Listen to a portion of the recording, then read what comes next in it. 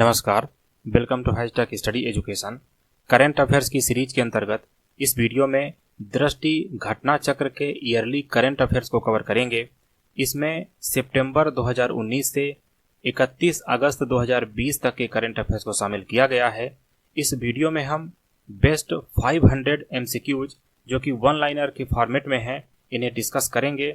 यह सीरीज आने वाले सभी प्रतियोगी परीक्षाओं के लिए बेहद महत्वपूर्ण साबित होगी। चलिए इसे शुरू करते हैं। पहला क्वेश्चन है, 24 अगस्त 2020 को सड़क परिवहन एवं राजमार्ग मंत्रालय ने मोटर वाहन अधिनियम 1988 और केंद्रीय मोटर वाहन अधिनियम 1989 के तहत फिटनेस परमिट लाइसेंस पंजीकरण व अन्य दस्तावेजों की वैधता को बढ़ाकर कब तक कर दिया है? तो इसे 31 दिसंबर 2020 तक बढ़ा दिया गया है। आगे है, अरुणाचल प्रदेश सरकार की घोषणा के अनुसार सभी ग्रामीण घरों में नल से जल उपलब्ध कराया जाएगा। तो ऐसा 2023 तक करने का टारगेट रखा गया है।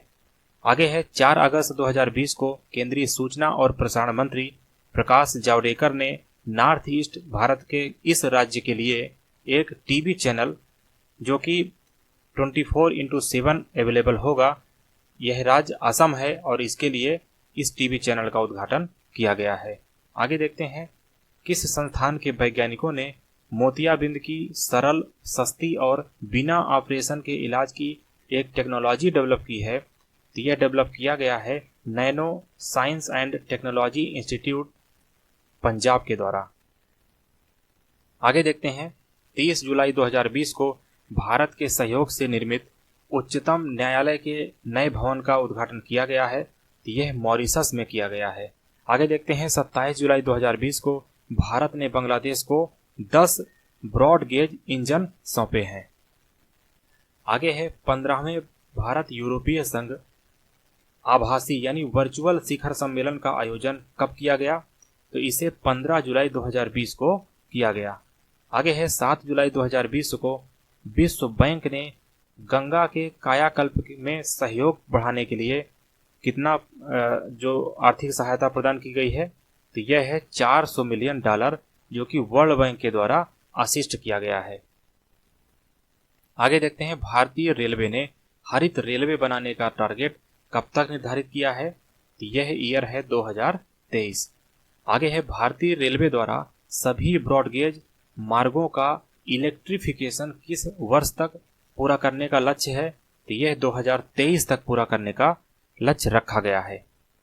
आगे देखते हैं, फास्ट टैग को अनिवार्य बनाने के लिए संशोधन किया गया है। तो यह संशोधन हुआ है राष्ट्रीय राजमार्ग शुल्क नियम 2008 में।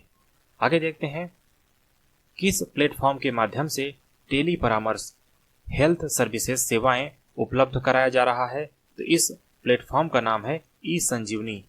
आगे देखते हैं, संस्कृत मंत्रालय ने भारतीय पुरातत्व सर्वेक्षण के नए क्षेत्रों की घोषणा की है। ये 7 ऐसे नए सर्किल हैं जिसमें है त्रिची, रायगंज, राजकोट, जबलपुर, झांसी, मेरठ और हम्पी। आगे देखते हैं, 5 मई 2020 को भारतीय नौसेना द्वारा शुरू किया गया ऑपरेशन, जिसके तहत कोविड-19 के दौरान 3,992 भारतीयों को समुद्र मार्ग से भारत लाया गया। तो इस ऑपरेशन का नाम था ऑपरेशन समुद्र सेतु। आगे देखते हैं, 16 से 30 नवंबर 2019 के मध्य 15 दिवसीय राष्ट्रीय जनजाति उत्सव आदि महोत्सव का आयोजन कहाँ किया गया? यह दिल्ली में आयोजित किया गया था। अगला है, 18 नवंबर 2019 को केंद्रीय महिला एवं बाल विकास मंत्रालय द्वारा बिल एवं मेलिंडा गेट्स फाउंडेशन के साथ मिलकर घोषणा की गई है। यह भारतीय पोषण कृषि कोष की घोषणा की गई है। आगे बढ़ते हैं, 16 नवंबर 2019 को गृह मंत्रालय भारत सरकार ने एक अधिसूचना जारी कर मेघालय में सक्रिय किस उग्रवादी समूह को इलीगल संघ घोषित किया है? तो इस संघ का नाम है honey trap national liberation council.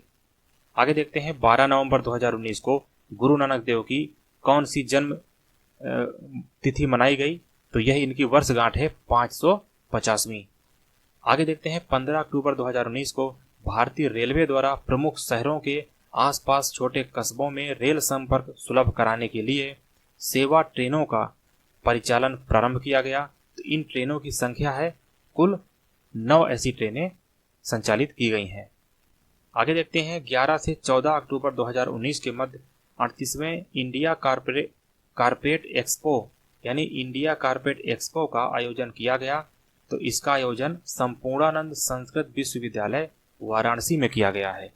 आगे देखते हैं 10 अक्टूबर 2019 को केंद्रीय स्वास्थ्य एवं परिवार कल्याण मंत्री के द्वारा माताओं एवं नवजात शिशुओं के जीवन की रक्षा हेतु गुणवत्ता यानी क्वालिटीफुल स्वास्थ्य सेवाएं निःशुल्क प्रदान करने के लिए एक इनिशिएटिव शुरू किया गया है और इस पहल का नाम है सुरक्षित मातृत्व आश्वासन योजना, जिसे सुमन इन शॉर्ट कहा जाता है, सुरक्षित मातृत्व आश्वासन योजना। आगे देखते हैं अक्टूबर 2019 में जारी QS इंडिया यूनिवर्सिटी रैंकिंग 2020 में शीर्ष स्थान किसको प्राप्त हुआ है? तो यह IIT बॉम्बे को शीर्ष स्थान इस रैंकिंग में प्राप्त हुआ है। आगे देखते हैं वर्ष 2024 तक देश के सभी ग्रामीण यानी रूरल एरिया में जो घर हैं वहां तक पाइपलाइन के द्वारा जल पहुंचाने के उद्देश्य से प्रधानमंत्री द्वारा एक मिशन घोषित किया गया है। इस मिशन का नाम है जल जीवन मिशन। आगे देखते हैं 14 अगस्त 2019 से 30 सितंबर 2019 के मध्य संचालित स्वच्छ सर्वेक्षण ग्रामीण 2019 के अनुसार बड़े राज्यों में प्रथम स्थान है। तो इसमें प्रथम स्थान है तमिलनाडु का। आगे देखते हैं स्वच्छ सर्वेक्षण 2019 के अनुसार छोटे राज्यों और केंद्र शासित प्रदेशों में पहले स्थान पर है मिजोरम। इसी तरह 2019 के स्वच्छ सर्वेक्षण ग्रामीण के अनुसार देश के जिलों में शीर्ष स्थान पर है पेडापल्ली जो कि तेलंगाना का जिला है। अगला क्वेश्चन है मानव संसाधन विकास मंत्रालय द्वारा छात्रों को हायर एजुकेशन इंस्टीट्यूट्स में प्रवेश लेने के साथ ही संस्थान में संबंधित सभी जानकारी उपलब्ध कराने हेतु एक योजना का शुभारंभ किया है। तो इस योजना का नाम दिया गया है दीक्षारंभ योजना यानी दीक्षारंभ योजना। आगे देखते हैं केंद्रीय पर्यावरण मंत्रालय द्वारा ब्लू फ्लैग सर्टिफिकेशन हेतु देश में चयनित समुद्री तटों की संख्या कितनी है? तो इसके लिए 12 समुद्री तटों का चयन किया गया है। आगे देखते हैं सिंधु नदी पर बने सबसे लंबे सस्पेंशन ब्रिज का उद्घाटन किया गया। यह स्थित कहां पर है? यह स्थित है लेह में। आगे देखते हैं पश्चिम बंगाल सरकार की वह योजनाएं जिन्हें संयुक्त राष्ट्र के तत्वावधान में WSIS अवार्ड से पुरस्कृत किया गया था।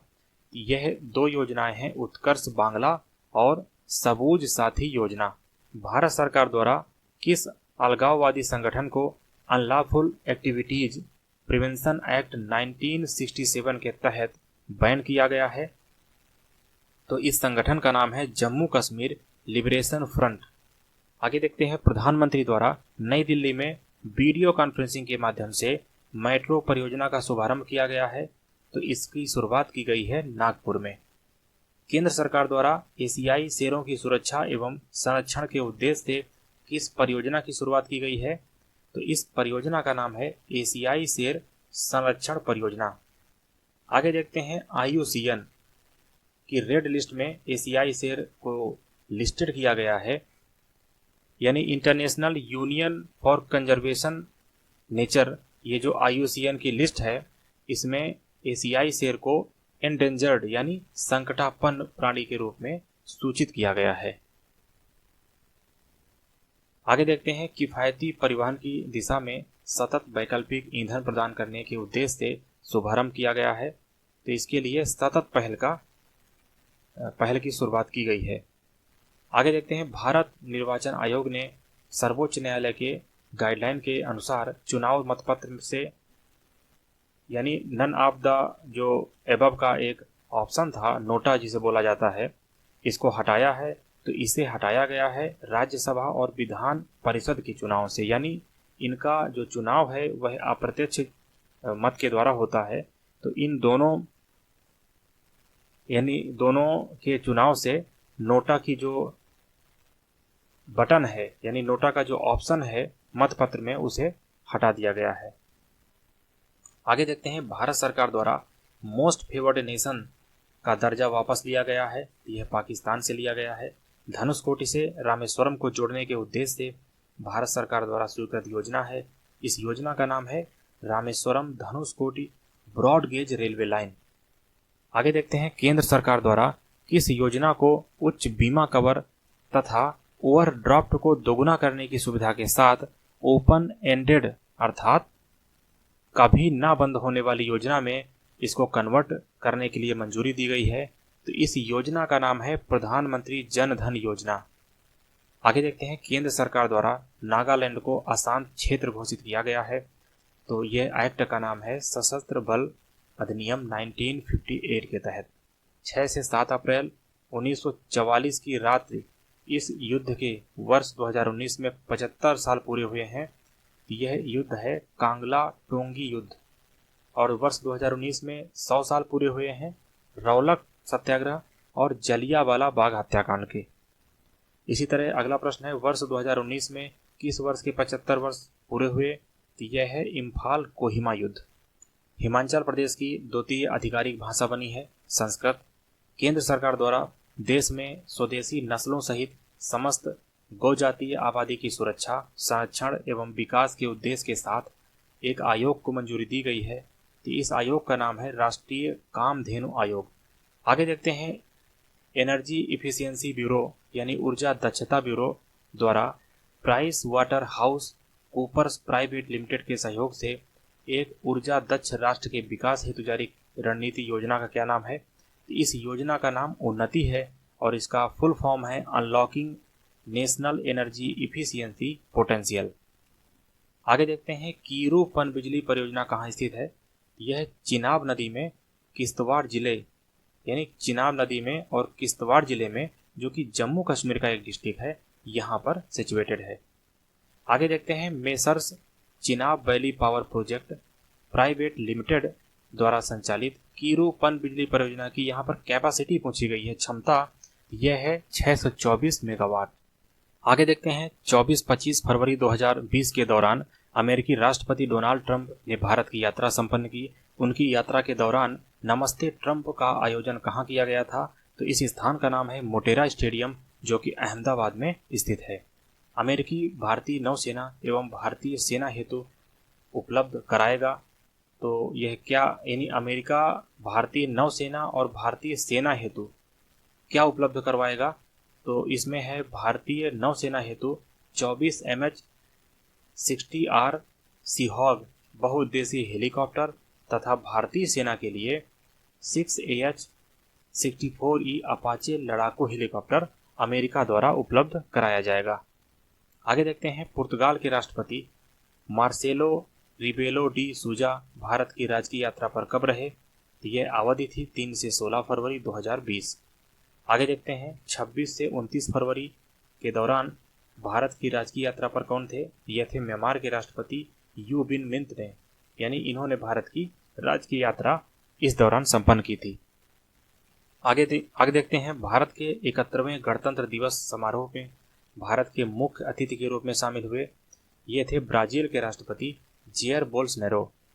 सतत विकास रिपोर्ट 2020 का विषय क्या है? यानी सस्टेनेबल डेवलपमेंट रिपोर्ट 2020 का जो विषय है यह है सतत विकास लक्ष्य और कोविड-19। आगे देखते हैं भारत को संयुक्त राष्ट्र सुरक्षा परिषद में अस्थायी सदस्य के रूप में चुना गया।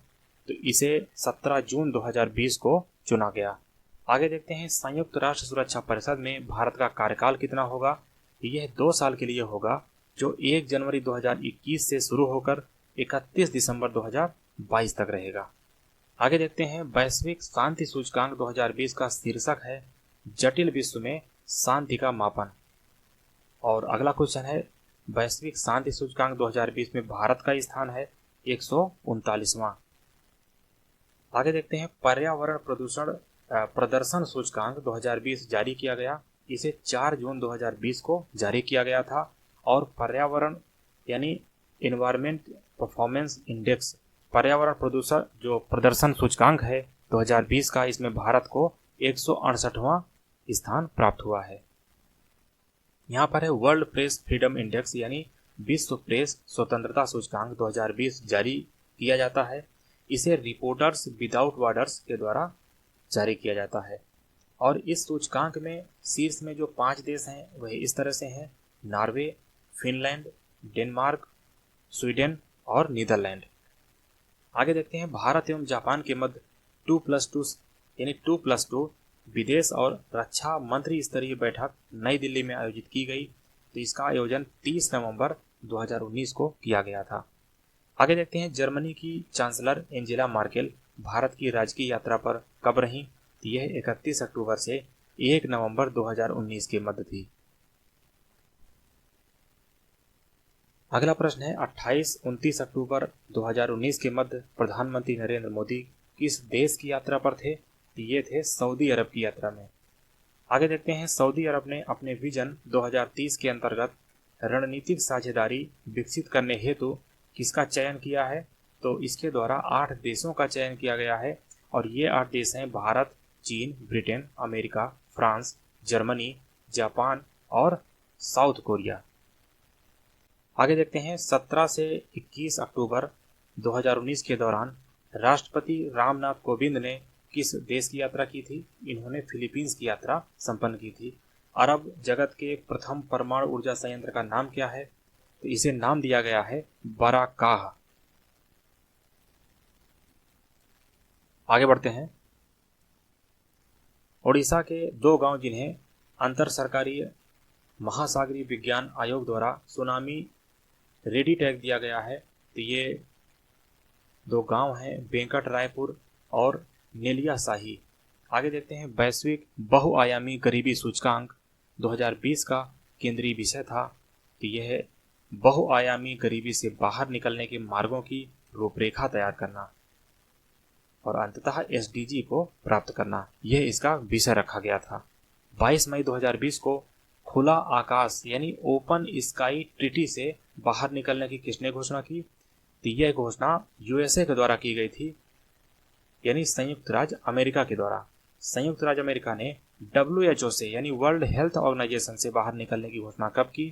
तो यह 6 जुलाई 2020 को की गई।